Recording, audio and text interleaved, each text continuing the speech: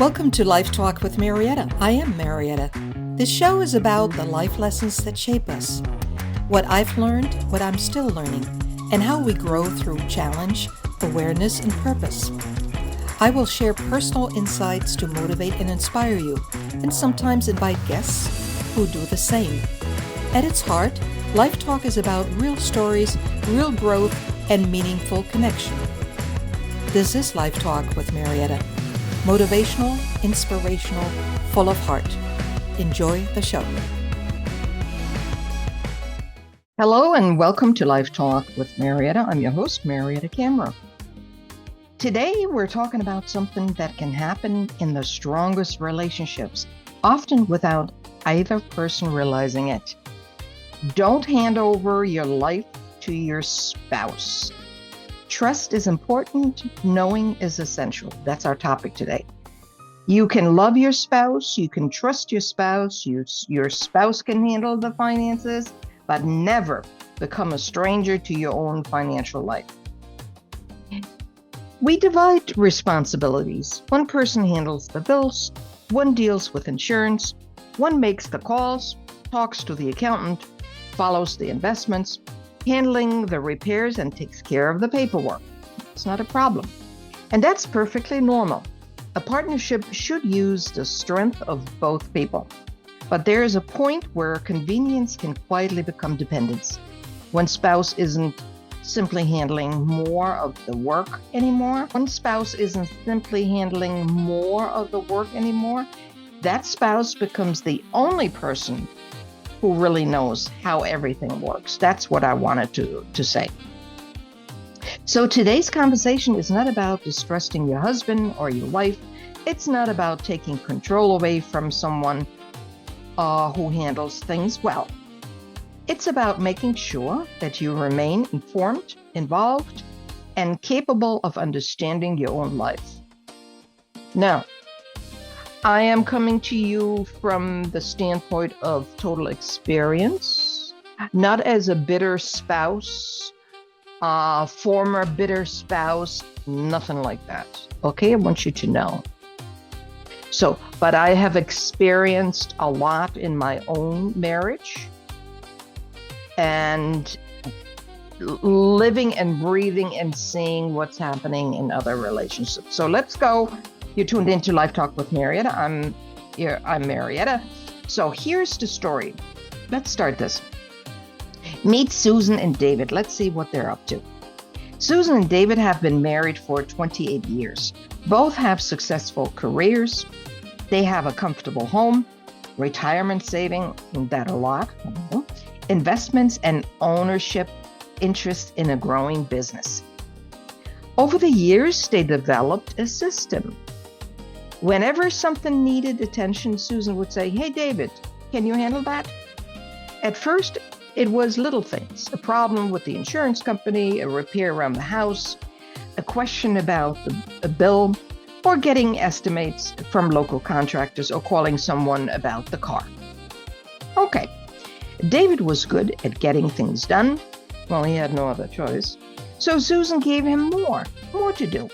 Eventually, David was handling the bills, insurance, investments, taxes, household contracts, major purchases, financial paperwork, and many of the details surrounding their business investment, including his own full-time job.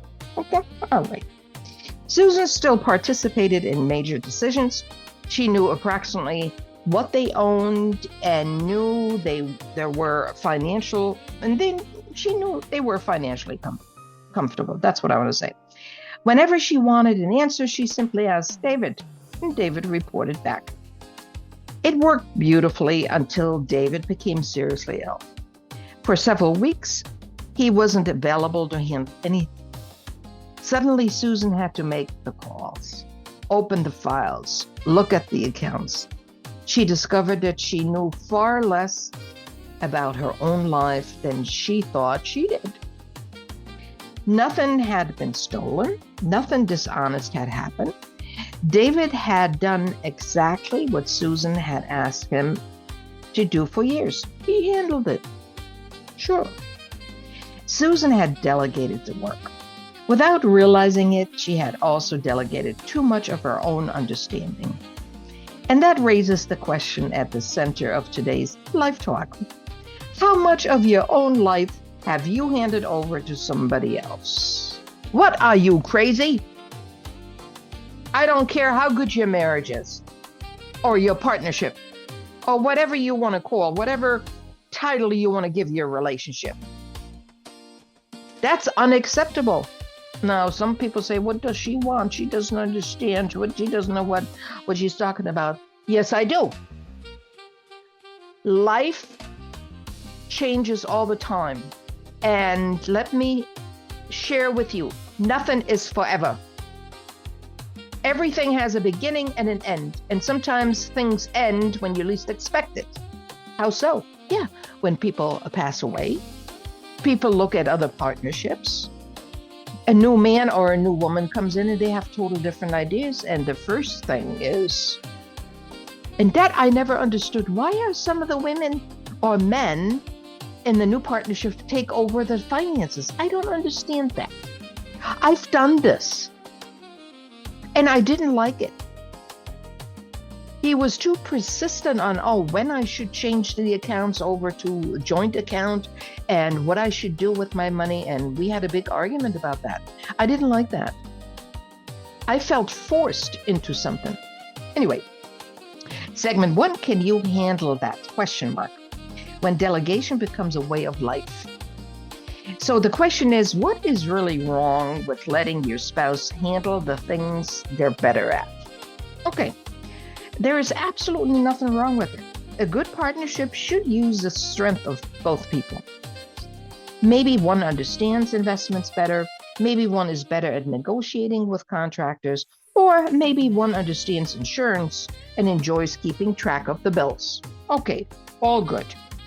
The problem begins when you handle this, eventually becomes you handle everything. And then one day it becomes, I don't know anything about it. Ask my spouse. Folks, I never want to be at that point, ever. Well, I'm not, because I don't have a spouse. Okay? So, and with my 75 years of experience being on this planet, I have gone through the highs and the lows, the marriage, the childbirth, raising a family, a divorce, the whole thing, being cheated on, being this, that, and the other. I've done it all. So, and when I look at life differently now, and that's for a few years, it wasn't that this came overnight. I said to myself, the only person you can really rely on is yourself. And yes, there is trust when you go a little ways together in a partnership, whether it's a partnership or a marriage. There should be trust, and I trust it. This is not a problem. But the point I want to make today, you can't just slough things off and say, hey, you handle it. Whether it's about calling the contractor or opening up a new account or whatever it is, you can't do that. And I see that in this one particular family. Yeah, I see it. And this can't end very well. So, and you know what I'm hinting at. So, there's a tremendous difference between dividing responsibilities and surrendering knowledge, because that's what you're doing. You're surrendering your knowledge. Now, I'm talking about whether this is a man or a woman. I don't care. Whoever handles the finances, or you guys are married, right? You're in the partnership. Don't do it. You don't need to perform every task, but you should understand the important things affecting your life. And you better believe it will affect your life when a person dies, or when one spouse says, I see you later, honey. Got myself a new chick, or I got myself a new man. You know it. You know it. So, delegate the work, don't delegate the knowledge. How can dependence develop when nobody intended for it to happen? Well, very slowly it happens. Susan didn't wake up one morning and decide she no longer wanted to understand their finances. She simply kept handing David individual tasks. Okay. Call the insurance company, talk to the accountant, handle the investment paperwork, get the contractor, check the bank, deal with business issues. Okay, all right. Each decision seemed small, but over many years, David accumulated knowledge because he was making the calls, reading the documents, and solving the problems. Susan gradually lost familiarity. So, how he solved the problems, I would want to know. Because I tell you, I'm a very good negotiator.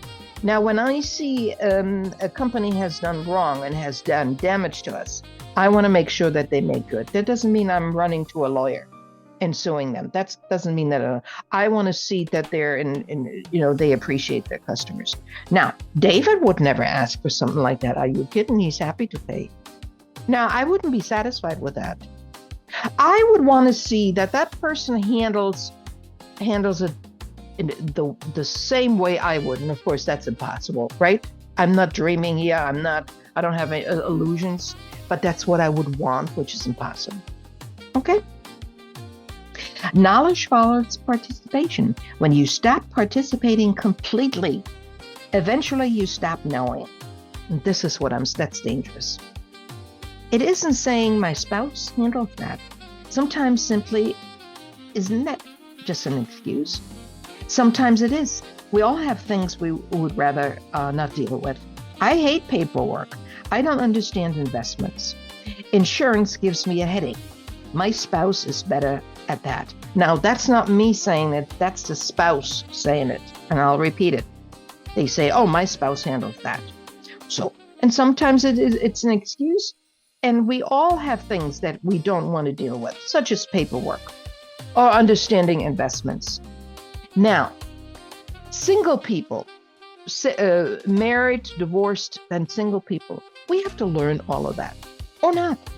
We can ignore it. Okay. It all depends on, but through the nature of my career, I learned about finances. I learned about investments. I learned about what you need to protect.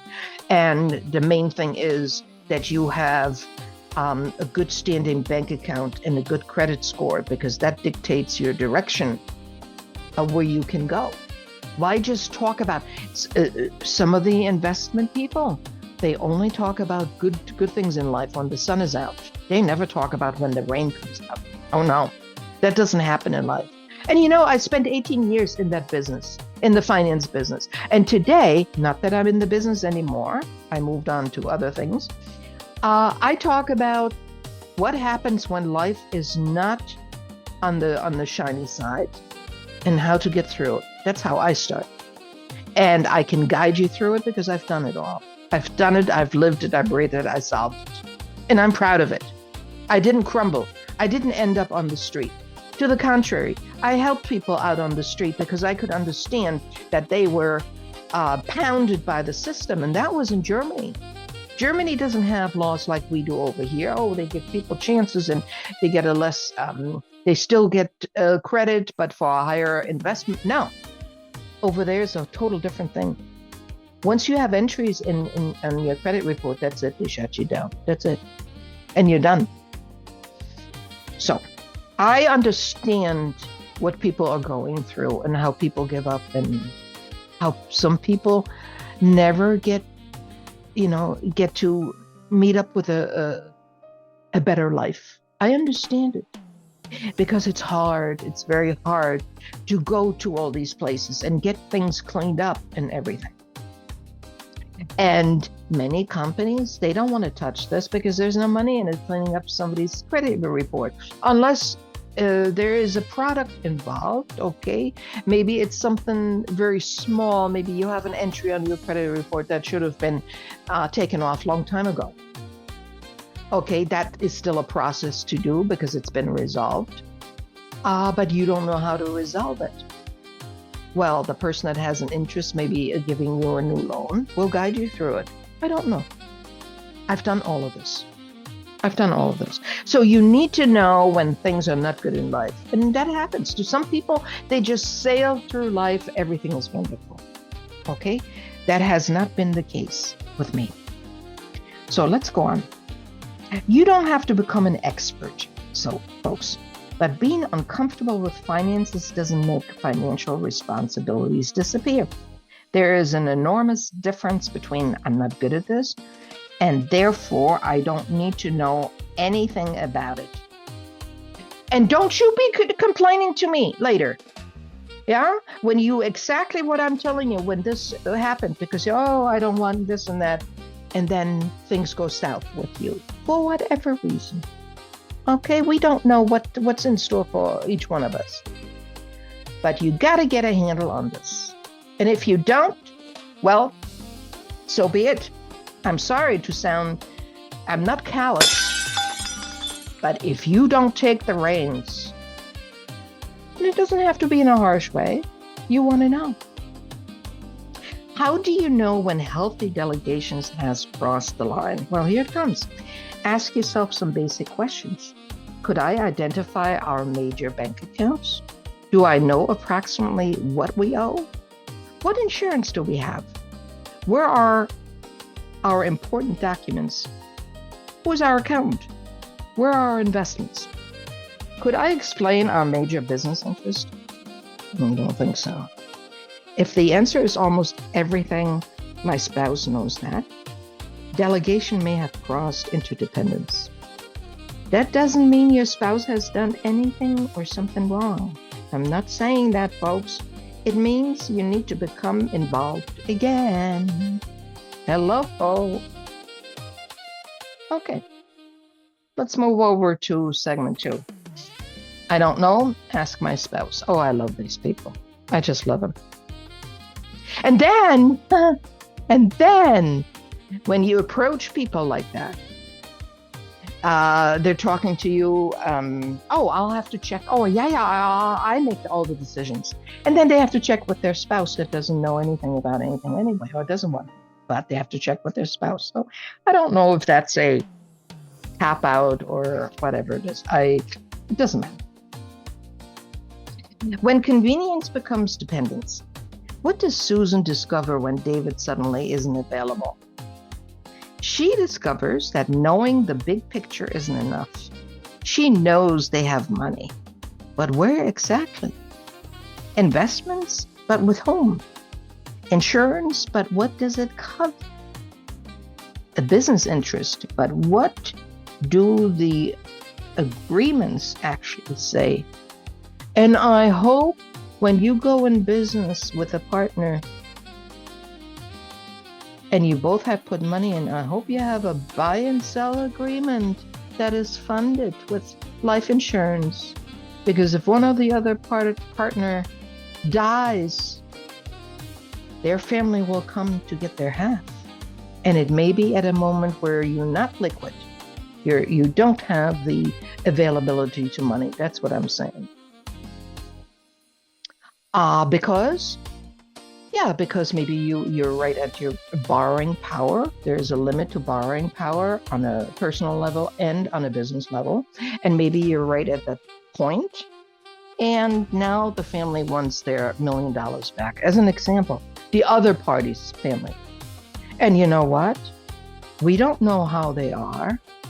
We don't know how nice they are. And when it's about money, there's no niceness. You know that about inheritance with your own family, between the siblings, and.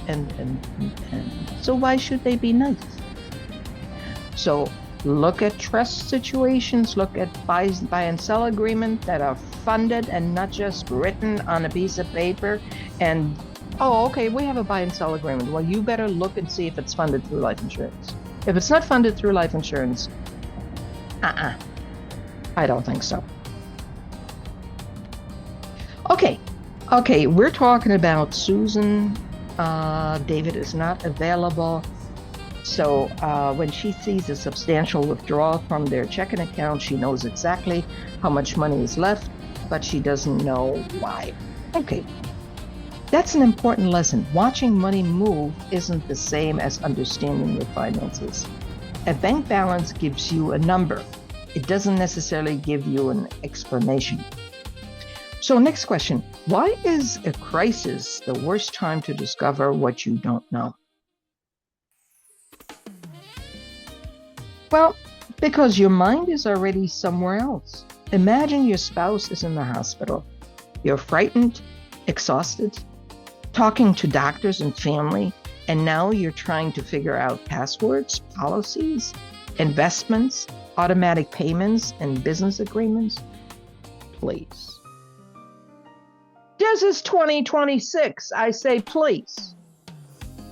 Take it from a 75-year-old who has lived it, has had a career in all of this, and has life experience. So, both partners in a relationship, in a marriage, they need to have their fingers on the pulse and be transparent. I wouldn't want it any other way. I tell you, that one experience I had in a marriage, we had gotten married, and almost the next day, a couple of days later, oh, you should change your name, and we should change the bank accounts. And I said to myself, what the heck is the hurry? We were still on our honeymoon, and he's talking about that. Oh, yeah, you should change your license and all of this. And I said, oh, well, I will. A few days later, when we were back, and it was a new week had just started. Well, did you do it? He came home. Did you do it? No, I said, no, I didn't get a chance to do it. So we would have an argument about it. I said, what is the hurry here? So I remember when we put our accounts together, folks, accounts together. He, at that time, we're talking about, it was the late 80s. It was 1989, 1990, I'm talking about. Now, he would go to the ATM every day and would take $100 out.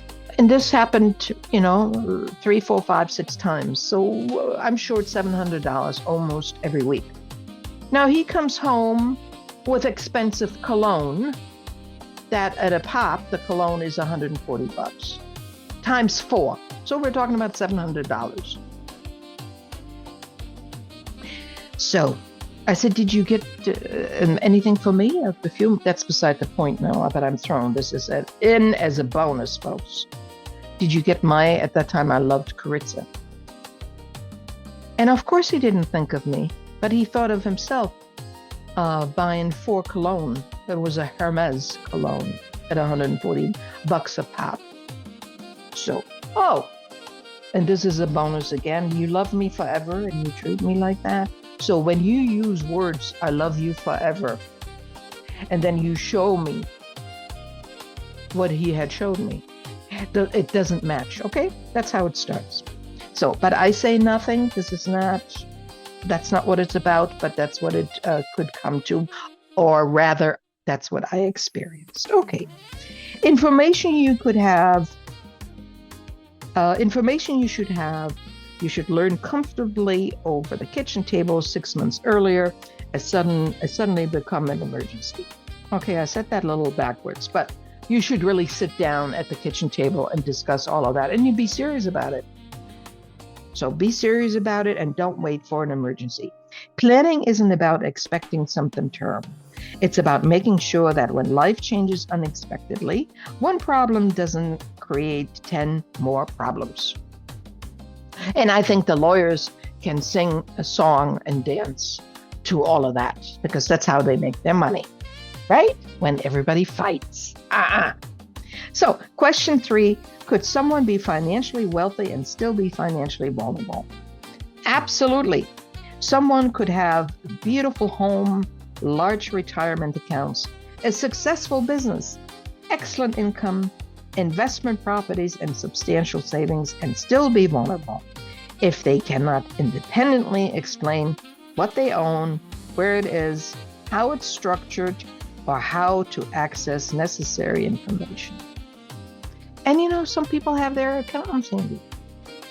We should still, treat it as, then you have meetings with your account and look at the whole the books, because the accountant will keep track of how much you spend anyway, how much income comes in, how much you earn on your investments, what gifts you gave. Oh, what is this $3,000? So you have to explain. So anyway, wealth does not automatically create financial independence. Bottom line. Knowledge does. What is the danger of always saying, ask my spouse? Eventually, you teach yourself that you don't need to know, and other people learn it too. The accountant talks to your spouse, the insurance agent talks to your spouse, the financial advisor talks to your spouse, the business partner talks to your spouse. Okay. Gradually, you become an observer in matters that directly affect you. Nobody should have to become a detective in their own life. La la. Does this make sense today, folks? I just thought about all of this over the weekend. And life changes. People lose their jobs. People become disabled. They can't work anymore. One partner spends all kinds of money that the other one doesn't even know about because they don't look at the books. Relationships end. And when relationships end, what I have experienced, things go totally in a different direction. And it's not pretty. It's not pretty. So, segment 3, trust is not the problem. Oh, okay, well, you can trust your spouse and still ask questions. Here we go. So let's ask questions.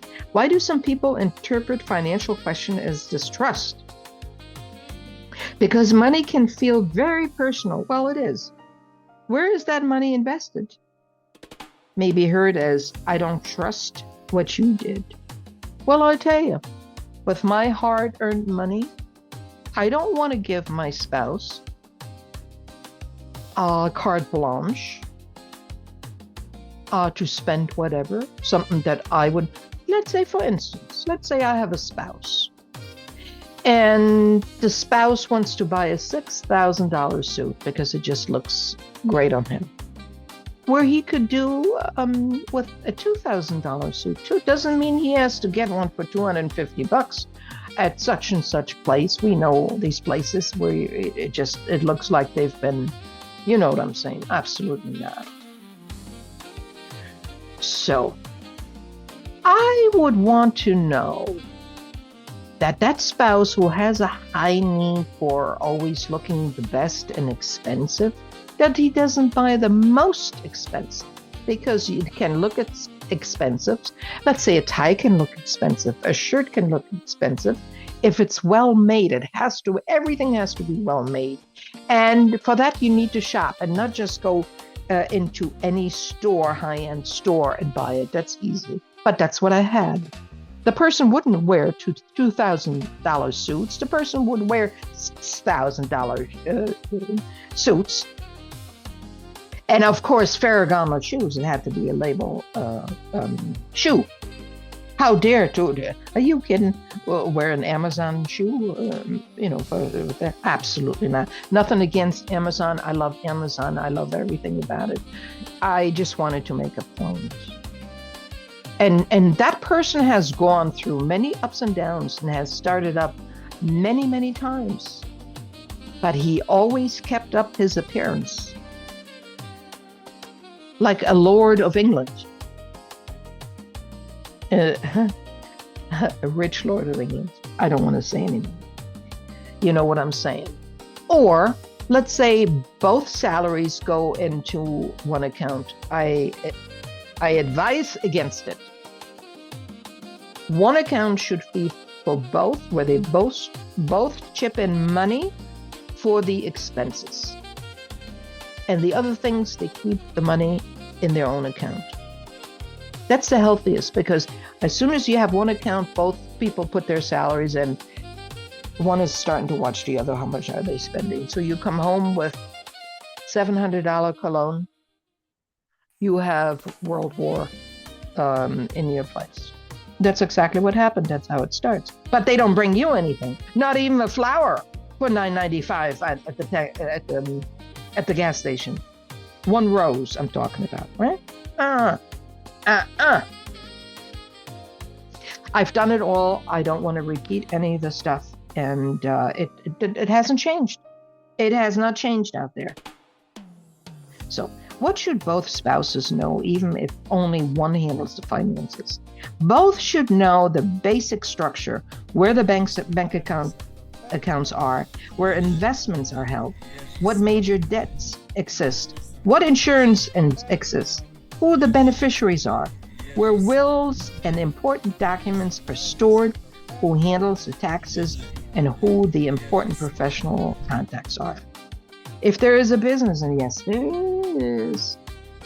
If there is a business, both should understand who owns it, the ownership percentages, what happens if an owner dies. There you go. This is what I said earlier, or becomes disabled. And I tell you what happens, because I lived it for 18 years, insurance investments. Yes? Okay. And I wrote some buy and sell agreements in my lifetime, in my financial career, and I funded it. That's how I know whether there is a buy-sell agreement and how it should be funded. Well, I told you it should be funded with life insurance. So, I've lived it.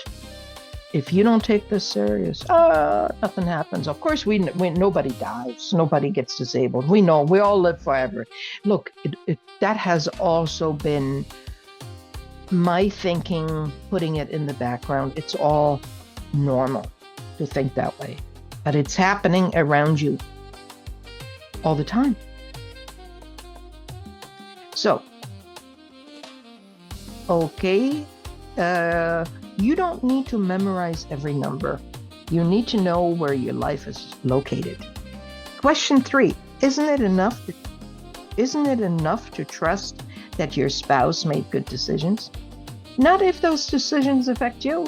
Trust is emotional. Knowledge is practical. Again, where I shine, let's say if I had a spouse, I handle the negotiations. That's what I do best. So I don't mind handling the bills. I don't really like to, but okay, then I handle the whole package. I don't really like to, but I would. Okay. You may completely trust that your spouse purchased appropriate insurance, but if there is an emergency and you don't know which company issued the policy, trust isn't going to help you locate it. You may trust that your spouse made good investments, but if you don't know where those accounts are, you have a practical problem. Trust and knowledge aren't competitors. You should have both. What does financial respect between spouses actually look like? It means neither person is treated like a child. One person doesn't say, "Don't worry about it. You wouldn't understand." And the other doesn't say, "I don't care. I just took care of it." Both positions remove someone from the partnership. Financial respect sounds more like, "I'll handle this, but I'll explain what I'm doing. And you handle it, but I want to understand it." That's what I want this Diane to say. That partnership trust doesn't require you to stop knowing. That's it. That's it, folks. You're listening to Life Talk with Mariette. I'm your host, Mariette Cameron. So let's go to segment 4. Take your seat back at the table. Stay involved without having to handle everything. Does Susan know that she has a need to take over everything David was doing? Okay, something must have happened then. Does Susan know? Oh, correction. Does Susan now need to take over everything David was doing? No, that would miss the point. If David is excellent at handling investments, let him. If he enjoys dealing with insurance, wonderful. If he understands the business finances better, use his knowledge. Susan doesn't need to take his responsibility away. She needs to restore her own participation. Instead of just handle it. She can say, handle it, and then let's talk about what you found. That small change keeps both people informed. Okay, I like that. What practical system could couples create without turning their marriage into a business meeting? Create a simple family financial roadmap. Not a 100-page document. A simple overview, and I like that. We need to know everything, and the passwords and the accounts. So you might as well just really start a record of everything, of the joint checking accounts, the beneficiaries, everything. You might as well do it. I don't have to list them. The show isn't that long. I don't have to list them all. Besides, this is not a financial show. I can do that, but I would let you know if it's a financial show right at the front. Where are our bank accounts, investments, insurance policies? What major debts do we have? Where are our wills? Who are our beneficiaries? Who is our accountant or attorney? What businesses or properties do we own? Where are important documents and secure access instructions? Look, some of the people say our accountant handles everything. Well, the accountant doesn't work for free, but people who have their accountants handle everything who have big estates. That's not an issue. Financial compensation isn't an issue. Okay, so we're not talking about that. We're talking about ordinary people. So, we do need to review once or twice a year, and I tell you. You remember when the children were born, you had one will. Now the children are 23, 24. Have you adjusted your will, or are the people that you chose in that will, are they still supposed to take care of the adult children, your adult children now? So there are a lot of things, and life just keeps moving and moving, and before you know the time, the window of opportunities, it changes, and we just really get overwhelmed just keeping up the pace. It's just not easy. So I don't look at all of my finances and everything, and I really should. And we had a death in the family here, and it was a rather sad. It was a death by suicide, and when I say he had pretty much everything in order and left notes. His wife had just passed a couple of months ago, and yes, I'm talking about our own family now. And he had everything in order, left notes, knew to send the kids to the attorney. He had the bank accounts listed. He had everything listed. He had a will, everything. But just having a will doesn't mean things are easy. To the contrary. I worked up a roadmap for what's involved when your kids are handling an estate where there is a will, and what you have to go through. It's enormous. And of course here, we're in Connecticut. This was in another state, so different laws applies. But without that roadmap, people wouldn't know where to begin. And you can't just close accounts, somebody's accounts. Your mom's name or dad's name is on it. You can't just close an account. So everybody has to have proof today. They won't even talk to you. They will not even talk to you, the companies. So I was shocked. This was a very good exercise for me to come up with a roadmap right from the minute when the attorney reads the will. That's all he or she wants to do. Then you're on your own, because they don't want to handle estate stuff. So they have their own reason. So and they're pricey. Yes, if you charge $250 an hour and you do clerical work, you get in trouble with the client down the road. the clients start bitching and moaning. This is a $12,000 or $20,000 bill for what? Well, for what? So attorneys have their reasons for not handling certain things, not for what, for not wanting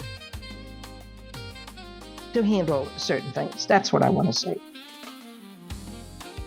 So definitely, it should be, everything should be reviewed once or twice a year. We know that's not happening, but it should.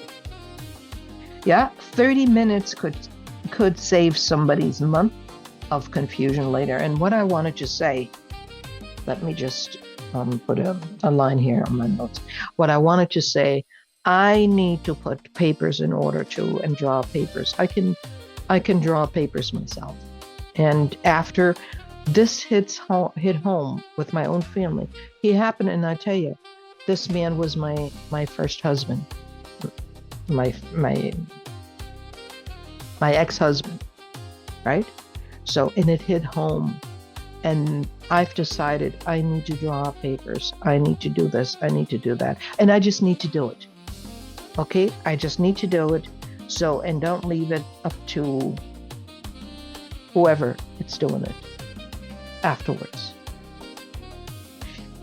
So I feel very strong about it. It's only been 2.5 weeks now since him passing, so I got to do it. So anyway, let's get back to the show. Take your seat back at the table. Take your seat back at the table. What should business owning couple discuss that ordinary household finances may not cover?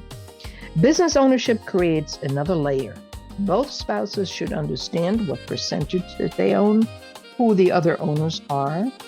Oh yeah, no, that's Charlie. Oh yeah, I know, that's Jim. Yeah, that's not what we're saying. Not what we're saying. How much have they invested? Oh yeah, we know that. We know that. No. What debt the business carries, whether anything has been personally guaranteed, and what happens if an owner dies or becomes disabled. This is the biggest thing. The biggest thing. So everybody is all wonderful. They get along. I'm not saying, they in the business, everything is wonderful and okay.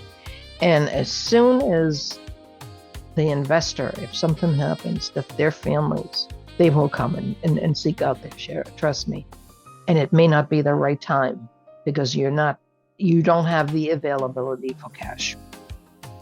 Oh yeah, well, but we have savings. I don't worry about it. Listen. You may not be able to go to the local bank because your borrowing power is right up at its limit. That's number one. So you won't get that $100,000. Yeah. So they may want their lump sum. They don't go for little payments. We don't know that. So there are scenarios that I can paint to you. It's incredible what happens when people know, okay, we have 500,000. This is a scenario. This is not a real case.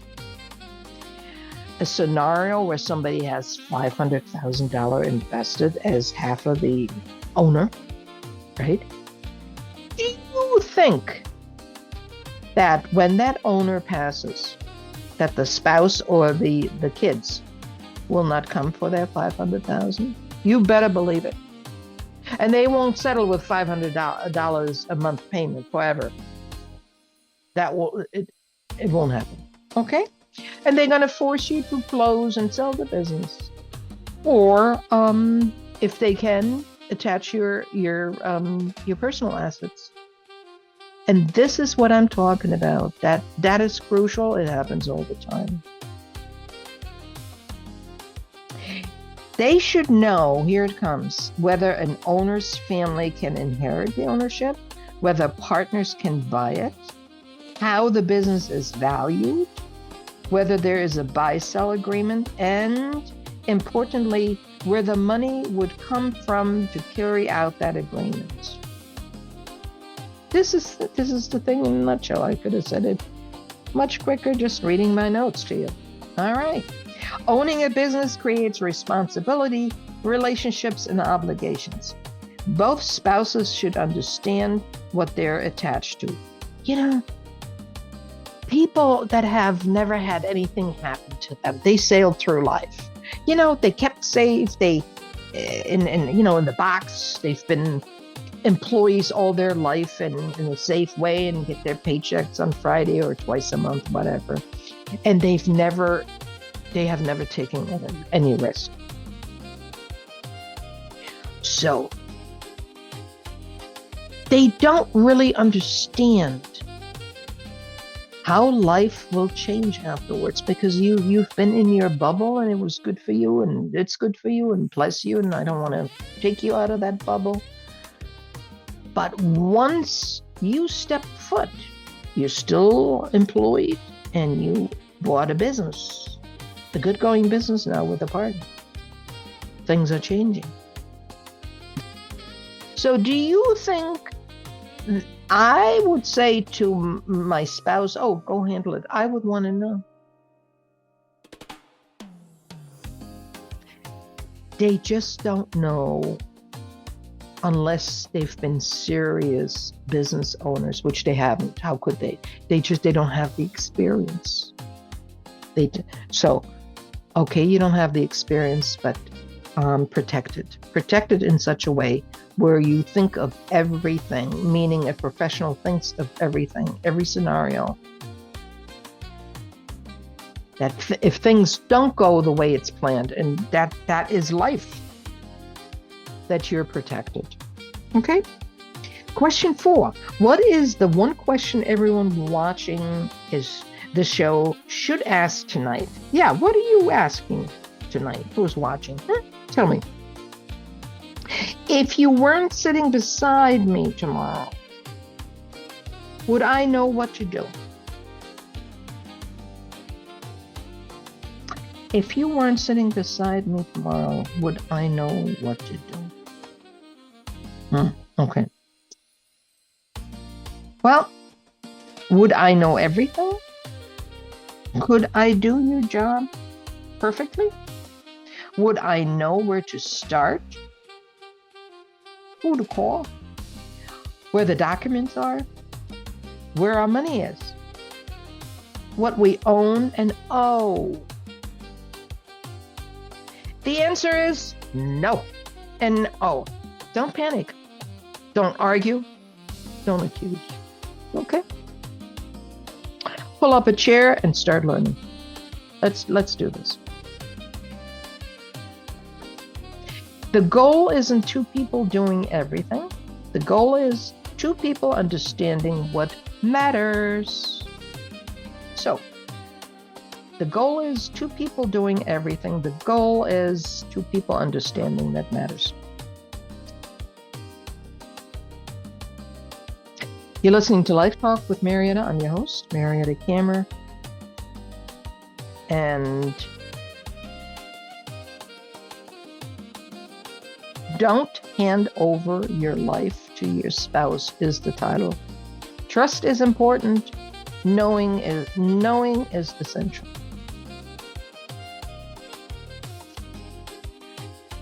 I would like to say the people that have been married, have children, people that have remarried, have children, divorced again, people that are single now, have never been married, people that are staying single, will never marry. It all depends on your experience, your life experience with a partner in life, in a partnership, or in a single experience. And I used to, because here's the thing, when I was little, no money was given to me, like a quarter that I could buy candy. I was totally kept away from money. I didn't have a piggy bank, nothing. My mother, she was mainly the caretaker, even though they were married, but my mother was the caretaker, would buy me clothes and they fed me, and that was it. I was not exposed to any money. So when I was in school growing up, my peers always had a little spending money, and after school they would stop at a kiosk and they would get themselves a little a pack of gum or some gummy bears or whatever. You know what I'm saying. I was the only one who could never buy any snacks. My parents didn't believe in it, and they were not freely giving their money away. They were very frugal that way. Are you kidding? And they wouldn't buy it for themselves. My mother wouldn't spend, occasionally she would buy some chocolate for herself. So what they didn't give to me, they didn't have themselves. So that's interesting. And I think I am that way today. And that leads me to say, you don't always have money in your lifetime. You don't always have a job. Things are not always good. So here, when you don't know better, you spend money, you don't understand the value, you have good intentions of paying back, and then you can't. Okay? So I think people can relate to that. So, till you have certain situations and you're forced, life is forcing you to take a good look at it again and sharpen your pencil, and you start learning how to live with little monies, or to think about things twice, or just come up with a solution that you feel comfortable with. So when you make six figures, it's not how much you make, it's how much you keep. And it's possible, depending on your spending habits, that's a whole nother thing. A whole nother thing, your spending habits. But I don't want to get into it now. I want to stay on track. So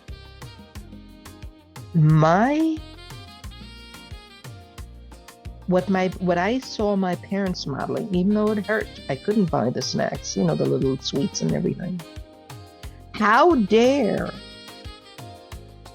a person much later in life, when we had two bank accounts, one bank account putting two salaries in, and one spends $700, if that's even enough, on these 4 lotion items a day, that day, and not even bringing me a sample that they have over the counter. These perfume samples you get for free. Oh, there's no scent out and this, not even that. That's where I put my foot down. I say this very calmly today because it's a long time ago, but I learned from that. So I don't want you to invest $3,000 for a designer handbag that I end up paying for just to make yourself feel better. So, or a tie or a jacket or a suit for $8,000 to $10,000 because it makes you feel good. Absolutely not. So I would know up front today, after all of these experiences, I would know today what your taste is. If you're writing in $2,000 suits, if you're writing in $6,000 and $10,000 suits, and I would question that right away. Not right away, but I would find out, because I know we will not be compatible money-wise. I just know it, because one will spend more than the other. He will spend more money than I will, because a $10,000 suit is not that important to me. I can find something for maybe half. It will look just as exquisite, but I can't put the dollar figure $10,000 on it. Okay? So, in closing today, I want to leave you with one thought. This conversation isn't about taking power away from your spouse. It isn't about suspicion. And it isn't about suddenly deciding that you have to handle every bill, every investment, and every piece of paperwork yourself. That's not what I'm saying. It's about remaining present in your own life. Love your spouse, trust your spouse. Use each other's strength. Let the person who is good at something handle it, but ask questions. Know where money is, know what you own, know what you owe, Know what insurance protects you, know where the important documents are, and if you own a business, understand and you've invested in it, what you invested in, and what happens if life suddenly changes. Don't wait for the hospital room, a death, a financial problem, or an emergency to discover how little you know about your own affairs. Tonight, ask one simple question, and please do. If you weren't sitting beside me tomorrow, would I know what to do? If the answer is no, that's not a reason to be afraid. It's a reason to begin a conversation. You can delegate a task. Don't delegate your life. I'm Mariette Cameron, and this is Life Talk. Till next time, remember, trust is important, knowing is essential.